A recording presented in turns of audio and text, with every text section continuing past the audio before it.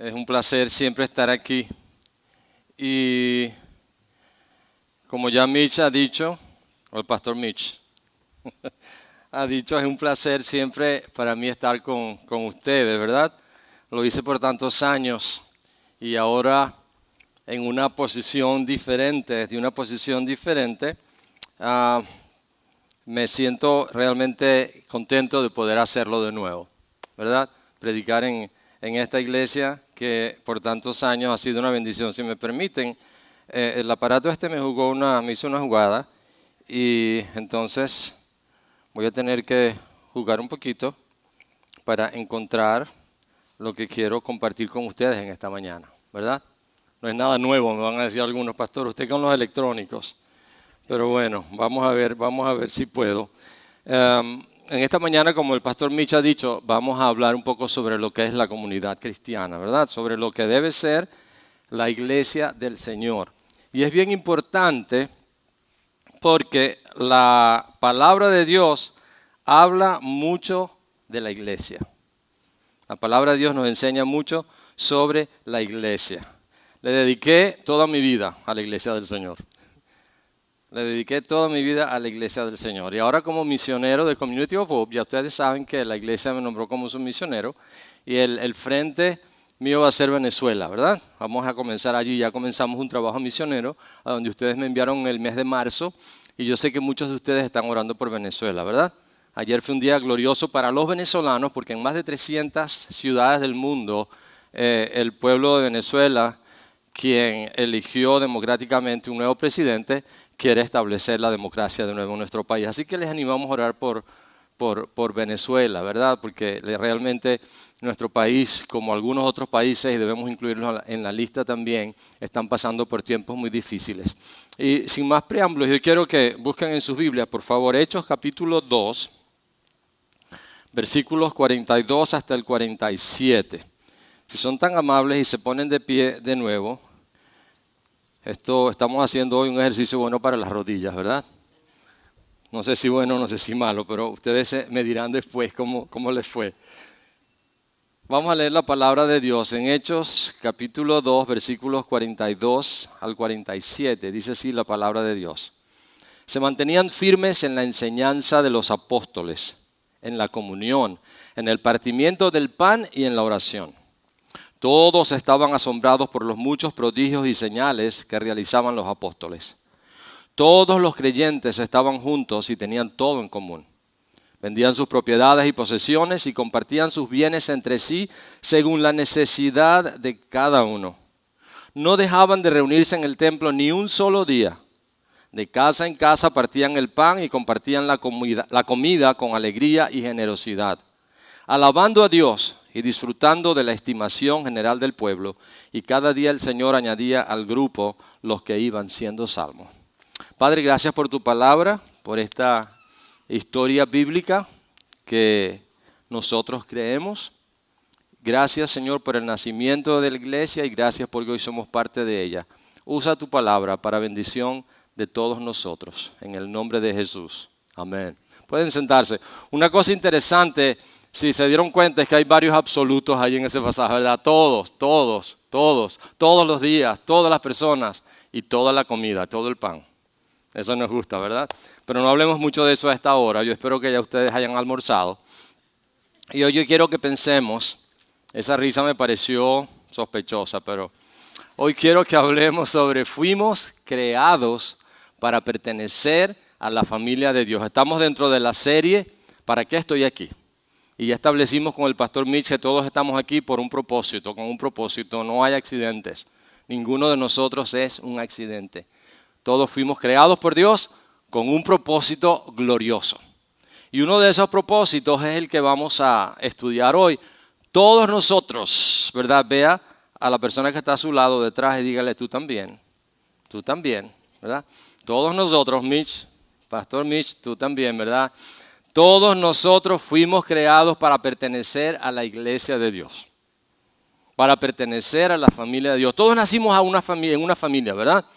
Nosotros, mis hijos son un foster family, son padres de niños temporales o temporeros, como dicen en la isla, o padres que atienden a niños que por alguna razón no pueden estar con sus padres en un momento, y son niños que vienen a tu casa por un tiempo preestablecido.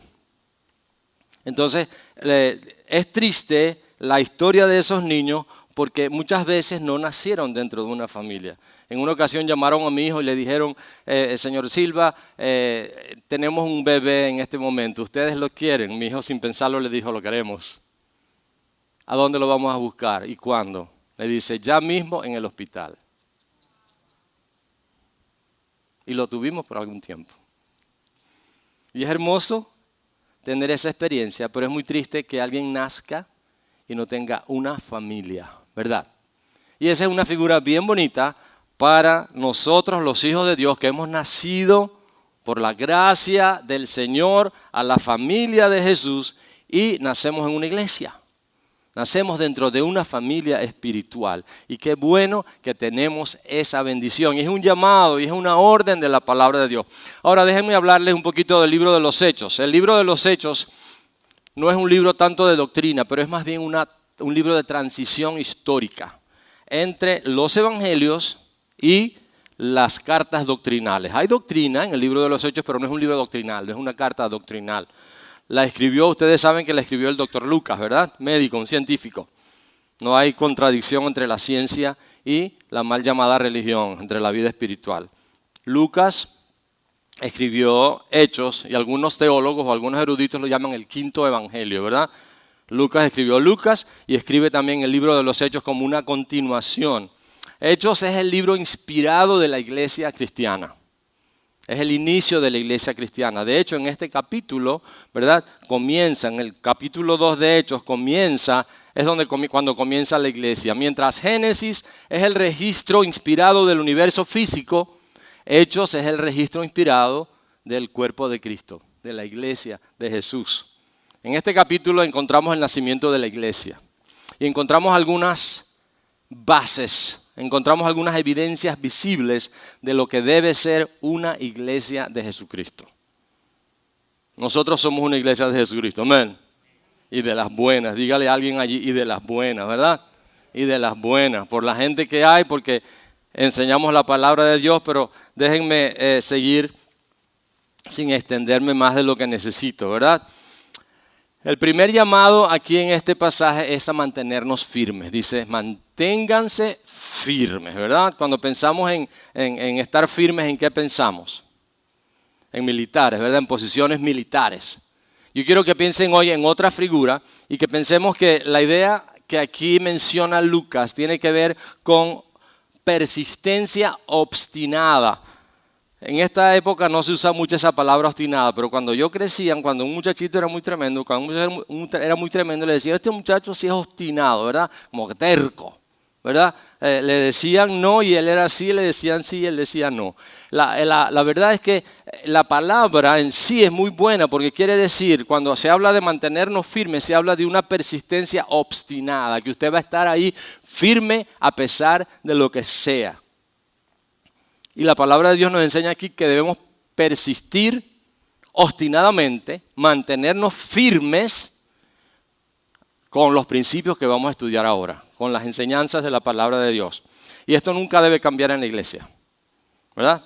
La iglesia no se maneja por modas, se maneja por la palabra de Dios. Y aunque algunas formas cambian, ¿verdad? En alguna época los pastores veníamos con traje y con corbata. Chévere, qué bueno, ¿verdad? Hoy en día como que no es la moda y eso está bien, ¿verdad? Y las damas vienen también de otras maneras y eso está bien. Lo que no cambia es la palabra de Dios, la verdad de la palabra de Dios. La música ha cambiado. Yo soy director coral y cuando cantábamos o dirigíamos corales, cantábamos música gregoriana, ¿verdad? Música de los 1500, 1400 y música coral de muchas épocas. Hoy en día la música es diferente y eso está bien. Pero la palabra de Dios, debemos mantenernos firmes en lo que la palabra de Dios nos enseña. Así que el llamado es a mantenernos firmes. Y es posible que nosotros pensemos que es cierto que la iglesia mal llamada primitiva, la primera iglesia o la iglesia de los primeros cristianos, No tenían la organización que hoy tenemos. Quizás tenían una organización muy diferente o poca organización. Pero lo que si bien es cierto es que la iglesia de los primeros cristianos era una iglesia en donde había mucho poder. En donde había poder de Dios. En donde había mucho amor. Donde había mucha esperanza y donde había mucho gozo. Entonces vamos a ver por qué esa iglesia se mantenía de esa manera. Mantenerse firmes no es una posición entonces militar, es una disciplina espiritual intencional. Recuerden eso. Mantenerse firmes es una disciplina espiritual intencional. Yo lo hago. No estoy diciendo que yo lo hago. Digo, nosotros todos debemos decir yo lo hago. Debo ser intencional en mantenerme firme en la posición. ¿Qué es lo primero que el doctor Lucas nos dice aquí? Debemos mantenernos firmes en la enseñanza de los apóstoles. Hay un llamado a mantenernos firmes. Un llamado a mantenernos firmes en la enseñanza de los apóstoles. En la enseñanza de los apóstoles. ¿Cuál es la enseñanza de los apóstoles si hoy no tenemos apóstoles? Nosotros creemos que en el sentido bíblico no hay apóstoles. Creemos que hay pastores y maestros que gracias a Dios Community of Hope lo tiene, ¿verdad? Pastores y maestros llenos del Espíritu Santo que enseñan la palabra de Dios. Y eso es suficiente. Y ahora cuando hablo de pastores y maestros no estoy hablando solamente de los que tenemos una posición pastoral, como el pastor Mitch, el pastor Dale, el pastor Trevor, el pastor Jeff o el pastor Efraín. Pero personas que son llamadas y capacitadas por Dios dentro de la iglesia, aquí hay muchos. Y quizás usted se pregunta, ¿seré yo? Tiene que descubrirlo. Quizás usted tiene el don, aunque no tenga la posición pastoral, de enseñar la palabra de Dios. Así que primero debemos mantenernos firmes en la enseñanza de los apóstoles. Debemos ser una iglesia que enseña la palabra de Dios. Y no lo somos, sí lo somos. Pero yo quiero hoy realzar eso porque hay tanta confusión en cuanto a esta verdad que debemos ir a los primeros pasos, ¿verdad? A las reglas básicas de lo que una iglesia de Jesús debe hacer, y lo primero es enseñar la palabra de Dios.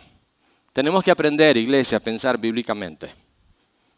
Ustedes me han escuchado a mí muchas veces decir, cuando alguien dice cualquier disparate, yo le digo, eso no es bíblico. Recuerdan, ¿verdad? Que lo he dicho muchas veces.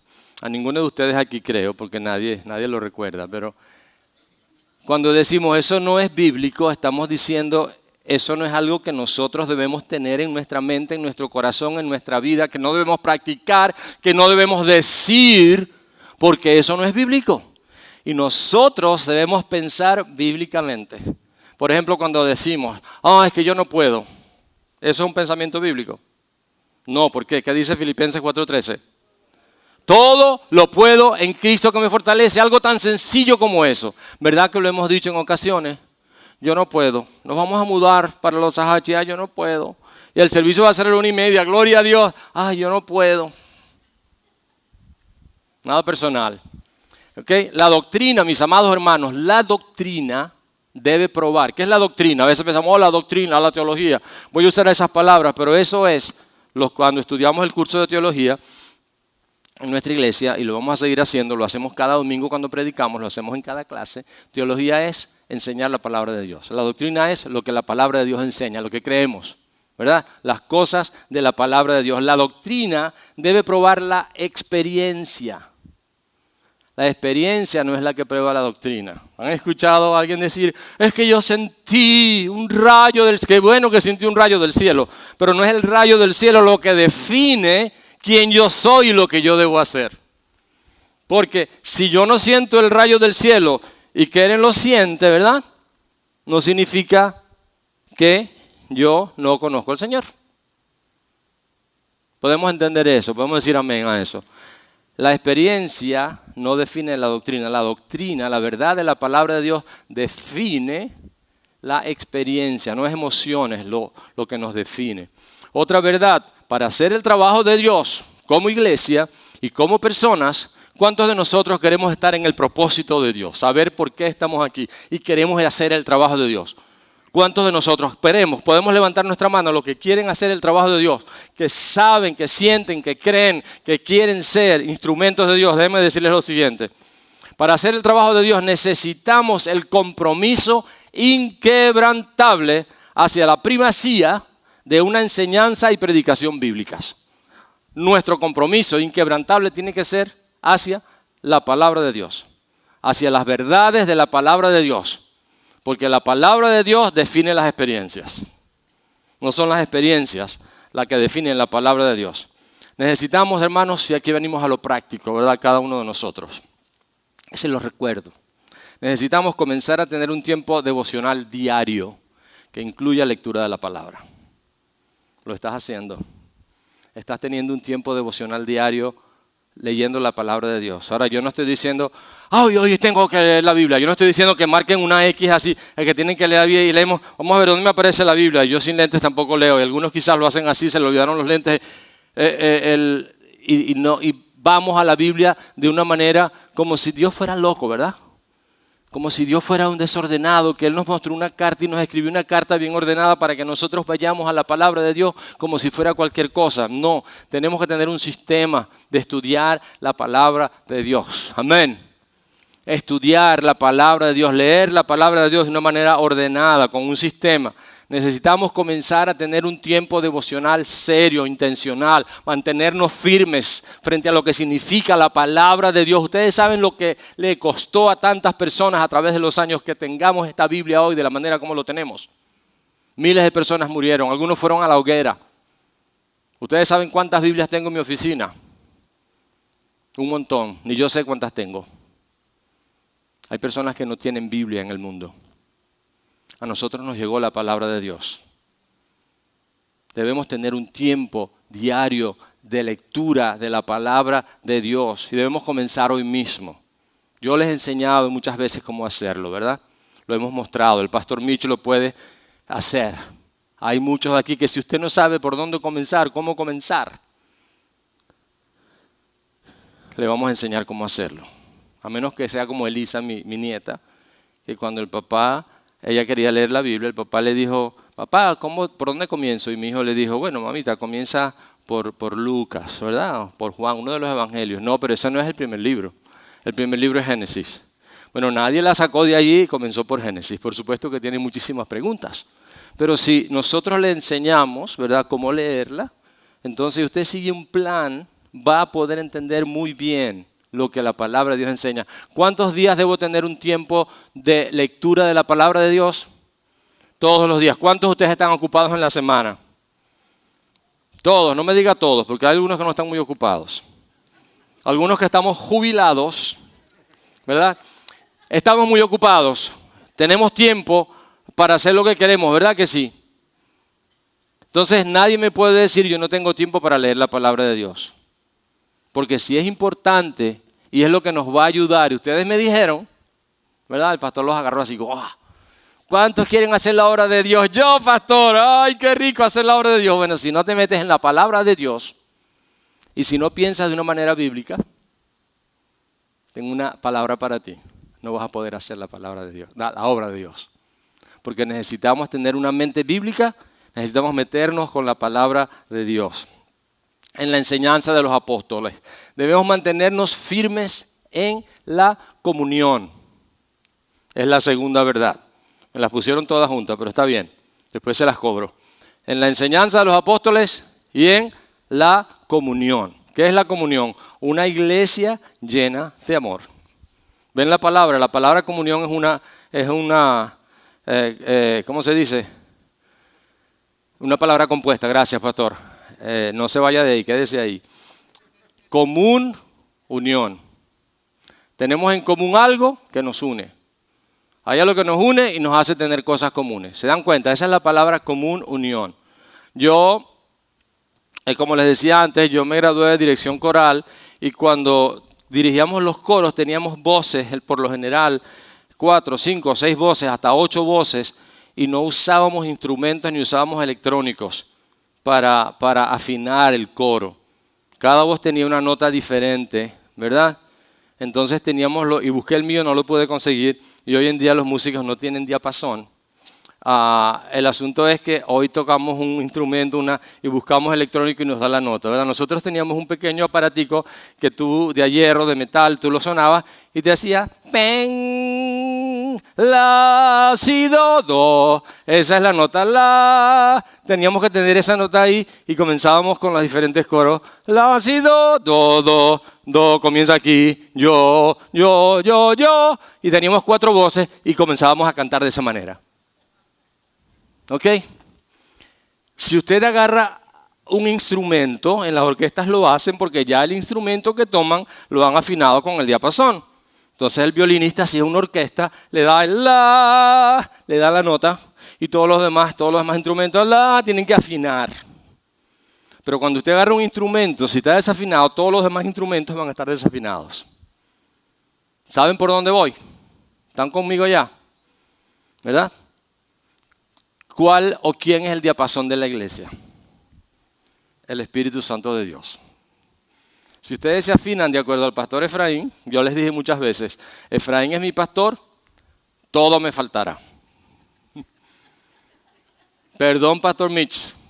Y si ustedes se afinan ahora con el pastor Mitch es mi pastor, todo me faltará. Pero cuando el Señor es mi pastor, nada me faltará. Cuando el Espíritu Santo es mi la, que el que me da la nota, todos nosotros vamos a estar en común unión, en una comunión común, en una unión común. Vamos a estar unidos los unos a los otros. Eso es lo que significa comunión. Cuando decimos vamos a tener un compañerismo, café y galletas, el café y galletas no produce ningún compañerismo. Produce a veces unas libritas de más. Respiren profundo, ¿verdad? En la comunión estamos hablando más bien de ser guiados por un solo instrumento, que es el Espíritu Santo, el diapasón, hacia hacer lo que Dios quiere que hagamos. ¿Y el Espíritu Santo nos va a guiar a qué? ¿Nos va a enseñar a qué? El Espíritu Santo nos enseña toda la ¿qué? La verdad de Dios. Él nos revela la verdad de Dios. Eso de que hay muchas interpretaciones de la Biblia, eso no es una verdad de Dios. Hay una sola y es hecha a través del Espíritu Santo. Y toda la palabra de Dios nos guía ¿hacia quién? Hacia Jesucristo, que es el único camino al Padre. Esa es la única verdad de la palabra de Dios. Entonces, la comunión. Debemos mantenernos firmes en la enseñanza de los apóstoles, debemos mantenernos firmes en la comunión, y esta les va a gustar. Debemos mantenernos firmes en el partimiento del pan y de la yuca y de la arepa y de los tostones y de todo lo demás. Y no es un chiste. Ya van a entender por qué estoy diciendo eso, ¿verdad? Partir el pan puede significar varias cosas. La cena del Señor, la Santa Cena, en Community of Hope nosotros lo llamamos la comunión, ¿verdad? Esa palabra es la que usamos, la común unión. Eso quiere decir que la comunión que la palabra de Dios nos enseña, que es la cena del Señor, la última cena, era parte del partir el pan cuando los hermanos se reunían para comer. Y en cada reunión que tenían de compañerismo, donde iban a comer y se reunían todos, siempre desde el momento que el Señor instituyó la cena, la comunión, la cena del Señor, allá en el último encuentro, o antes de ir a la cruz que Jesús tuvo con sus discípulos en la última cena, desde ese momento, cuando la iglesia nace en Hechos 2, cuando ellos se reunían a partir el pan, incluían la comunión. La comunión, como nosotros la conocemos, no es un acto especial, no es que hacemos de vez en cuando en un programa. Cada vez que la iglesia se reunía en el templo, por las casas, a comer, ellos celebraban la comunión. ¿Por qué? ¿Porque les gustaba comer más de la cuenta? No, porque querían celebrar la muerte del Señor. El apóstol Pablo, cuando fue a predicar, les decía, yo no vine a predicarles con palabras bonitas ni con cosas extrañas, ¿verdad? Con experiencias extrañas. Yo vine a predicarles a Cristo y a Cristo crucificado. Y eso es el tema central de la iglesia del Señor. Fíjense bien, es evidente, voy a leer algo, para la mayoría de los historiadores que analizan la iglesia en el libro de los Hechos, que en esto se incorporó el partimiento del pan que Jesús hizo en la comunión. De modo que cuando hubieron comido la comida, procedieron inmediatamente después de la comida de comunión a la comunión del Señor. Cuando Jesús se reunió con sus discípulos, ¿recuerdan? Ellos estaban en una comida e incorporó la comunión pensando en que horas después iba a morir por nosotros. Hechos 20:11 es bien chévere ese pasaje, porque cuando Pablo estaba predicando, hubo un muchacho que estaba por allá en una ventana. Primero, nunca se siente en una ventana a escuchar a alguien hablar, ¿verdad? El muchacho se estaba quedando dormido, se llamaba Eutico, creo, y Eutico se estaba quedando dormido y Pablo se extendió y resulta ser que Eutico se cayó y se mató. Pero el apóstol Pablo vino y lo levantó en el nombre del Señor, le dio vida de nuevo. Entonces dice que el apóstol Pablo subió y siguió comiendo, vino y comió. O sea, lo que ocurrió dentro de una comida. A Eutico se lo llevaron vivo para su casa y el apóstol Pablo subió y dice, fíjense lo que dice Hechos 20:11, dice, cuando volvió de resucitar a Eutico, partió el pan, comió y habló largamente. Y ustedes se quejan de nosotros a veces. La implicación de ese versículo es que ellos también estaban todavía comiendo, que había una comida común. El partir el pan, la comunión. Nos reunimos para partir el pan, para comer, para tener un tiempo especial. Para nosotros los latinos es importante ese tiempo, ¿verdad? No una dona y un cafecito, no una galletita, no, nada de eso. Una comida. Y dentro de eso incorporamos el elemento, ¿verdad?, de la comunión. Celebramos la muerte del Señor. Y otra verdad es la oración. Fíjense bien. Dice, para orar. ¿Se reunían para qué? Para orar. Y en la oración. Debemos mantenernos firmes en la enseñanza, en la comunión, en el partimiento del pan y en la oración. Le decía anoche al grupo de líderes que nos reunimos para hablar un poco sobre las casas de oración. Les decía esto, que en estos días escuché a un hermano, no sé si es un pastor, si es un predicador, no estaba haciendo alardes ni alaridos en las redes sociales, pero tenía un mensaje bien sencillo y cortito. Él dijo, yo tuve que pedirle perdón a Dios porque por muchos años yo he orado y si analizo mis oraciones de tantos años solamente he pedido. Le he pedido por esto, por aquello y por lo otro. Y él dice, y yo no recuerdo que yo le haya dicho a Dios, Dios, yo quiero conocerte. En ese tiempo de intimidad con Dios, Dios, yo quiero conocerte. Y yo tuve convicción de eso también. Cuando les digo eso, ¿cómo se sienten ustedes? Nuestro tiempo de oración es más para pedir. Y no estoy queriendo hacerlos sentir culpables porque la Biblia dice, pedid y se os dará, pidan y se les dará. Pero estoy diciendo que a veces podemos descuidar el elemento de intimidad dentro de la oración, de venir delante de Dios y decirle, Señor, aquí estoy, Señor, quiero conocerte. Señor, quiero que me hables. ¿Cuántos extrañan las noches de clamor? En algún momento las vamos a tener otra vez, pero las vamos a tener en las casas, donde sea, pero vamos a continuar un tiempo de oración especial para buscar la presencia de Dios como nunca antes. Y fíjense, el pasaje sigue diciendo que todos estaban asombrados por los muchos prodigios y señales que realizaban los apóstoles, ¿verdad? La iglesia se estaba estableciendo y de una manera especial Dios se manifestó a través de los apóstoles para que hubieran señales y prodigios y la gente viera el poder del evangelio. Todo esto como resultado de estar sumisos a Dios y obedecer su palabra. Y vivir en obediencia a los líderes espirituales que Dios había puesto. Ahora déjenme decir esto, y no se asusten, no es una herejía. Los prodigios y señales, los milagros no son el evangelio. Esos son resultados de creer en el evangelio. Son resultados de la gracia y la misericordia de Dios sobre nosotros porque Él nos ama. Pero los milagros, las señales y los prodigios no son el evangelio. Jesús no vino para sanar.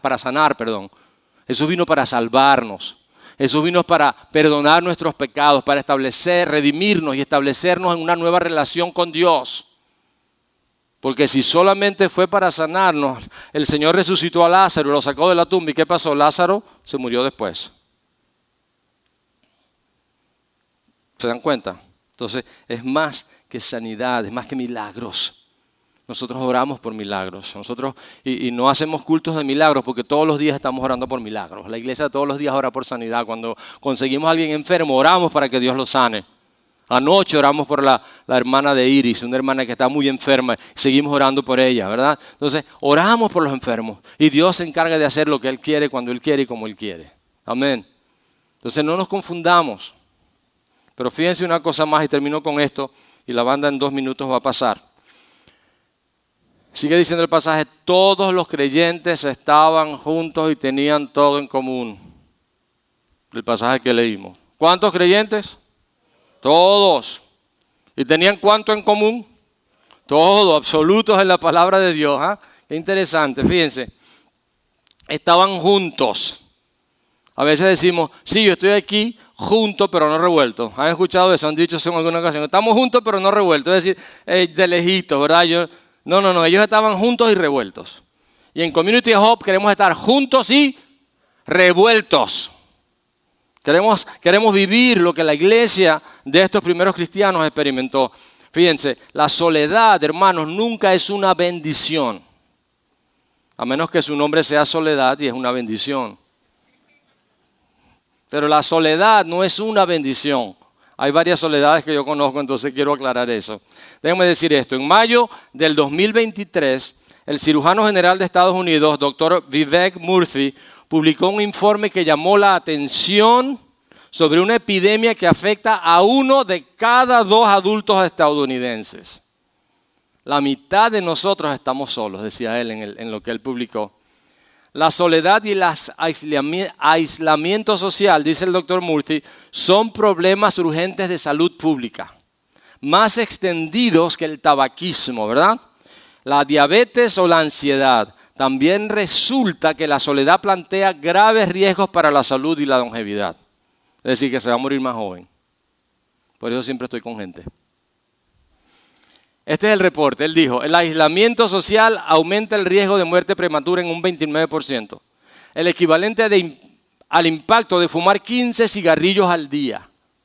La soledad aumenta el riesgo de sufrir enfermedades cardíacas, accidentes cerebrovasculares y demencia, así como otras afecciones médicas graves. Cuando se trata de adultos mayores, el aislamiento social representa 6.7 mil millones adicionales en gastos de Medicare cada año. Las personas solas son un problema porque nos hacen pagar más impuestos también. ¿Se dan cuenta? Porque eso no lo pagan ellos, lo pagamos nosotros.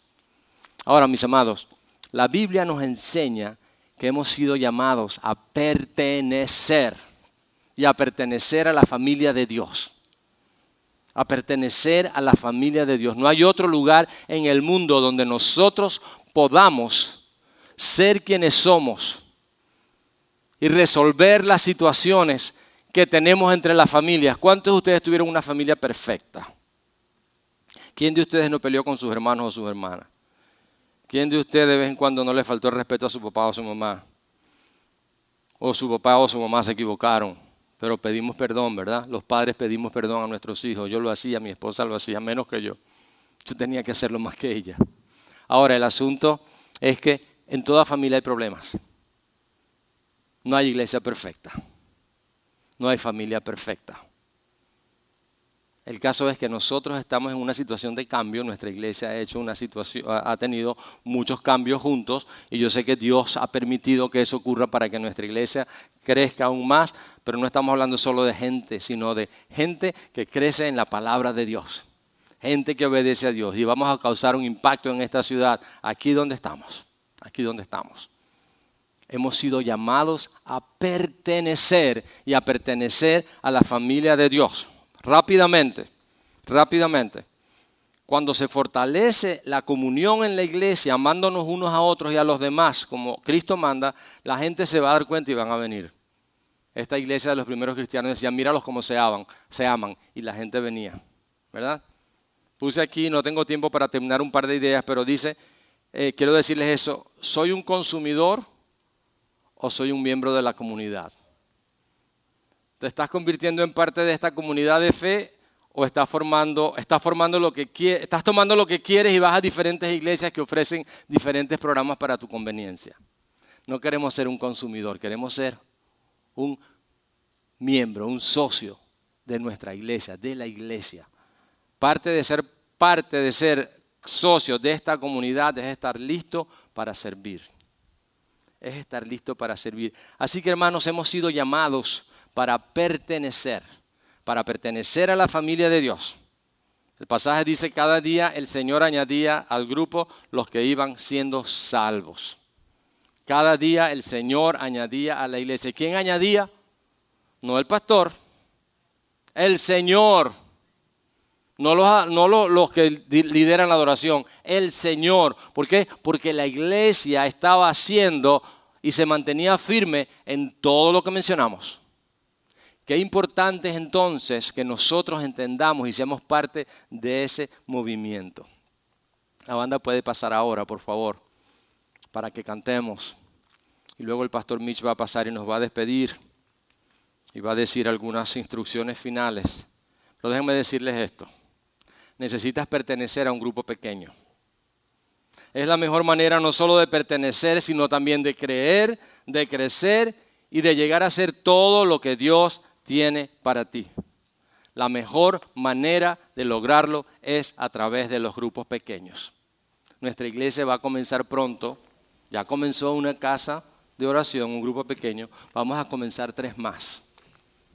Tenemos la oportunidad de inscribirnos en uno de estos grupos, para que no solo pertenezcamos, sino también para que crezcamos a la estatura de la plenitud de Jesucristo. Iglesia, fuimos llamados a pertenecer a la familia de Dios. Tomemos eso y hagámoslo. Dios se va a glorificar en tu vida y Dios se va a glorificar en nuestra iglesia. Dios te bendiga. El Señor ha hablado en esta tarde. Le damos las gracias al pastor Efraín por dejarse usar por el Señor, y le extiendo una invitación, 2 invitaciones. Si alguno de ustedes tiene alguna necesidad de oración, al terminar el servicio, por favor, pueden pasar al frente. Tenemos algunas hermanas que están disponibles para orar por su necesidad.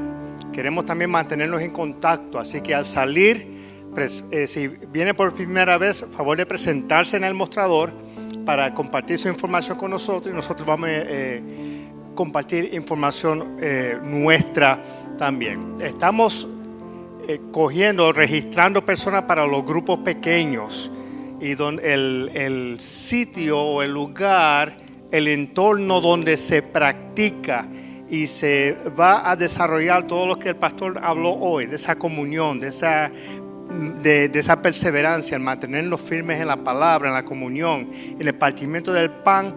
Todo eso se realiza en estos grupos pequeños. Así que los exhorto a que, por favor, al salir pueden registrarse en alguno de estos grupos. Así que le doy la oportunidad a nuestro pastor. Gracias. A que nos despida a nuestros hogares. Gracias. Y solamente para enfatizar eso, no hay verdadero crecimiento espiritual en la vida de un cristiano hasta que no pertenecemos a la familia de Dios y nos involucramos en un grupo pequeño. Pero aquí no tenemos mucho tiempo de hablar y de hacer preguntas, ¿verdad que no? En los grupos pequeños sí.